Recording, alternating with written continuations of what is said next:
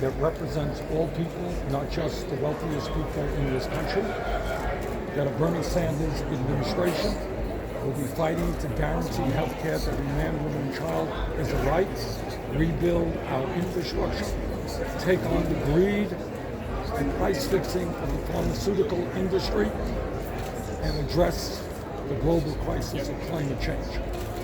So at the end of the day, to my mind, the trade union movement will play a central role in helping us rebuild this country economically and politically, and I look forward to working with them. Senator Sanders, Vice President Biden seemed to take a shot at your Medicare for All plan, suggesting that somehow unions would be better off being able to negotiate their health insurance plans. That's wrong. How would you respond to that? Well, I respond by saying that the United States has got to join every other major country on earth and guarantee health care to all people, union workers and non-union workers, as a right.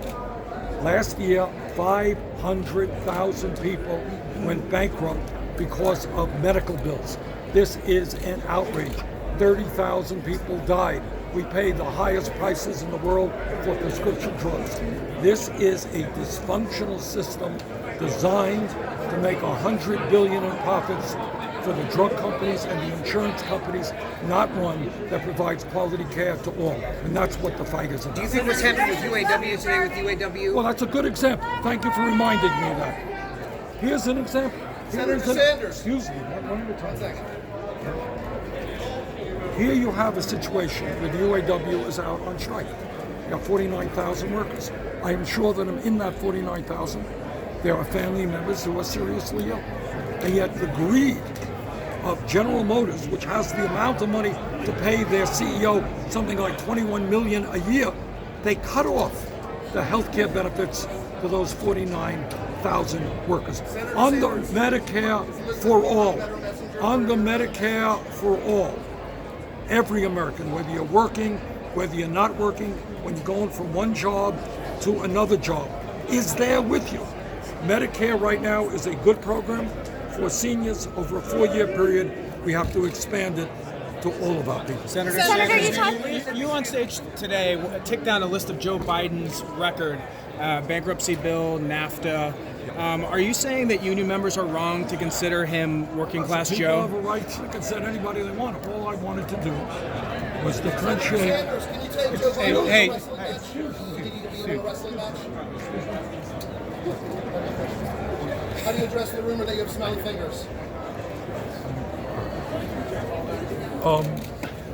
You know, people have the right to vote for whoever they want, and anybody has the right to vote for whoever they want. And any candidate who wants to run can run. All I wanted to do today was make it clear that in terms of the needs of working people, I have a record that I don't have to apologize for. And that is, I voted against NAFTA. Not only I voted against NAFTA and PNTR with China, I helped lead the opposition. Joe voted for both of those agreements. I helped lead the opposition against the disastrous war in Iraq. Joe voted for that war.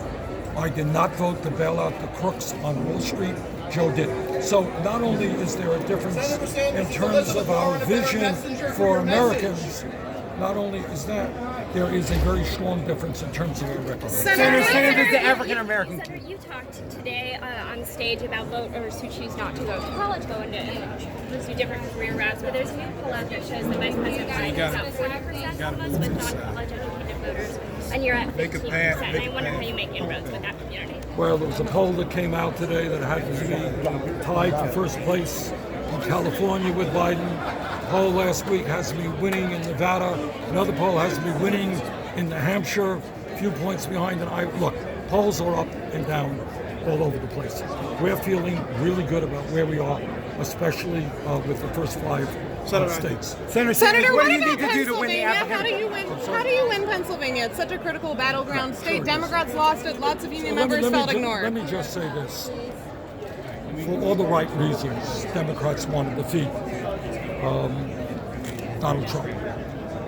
If you check the record, you'll find that every poll, every credible poll done, national poll done in the last year has me defeating Trump, sometimes by double-digit numbers. I think we can win in Michigan.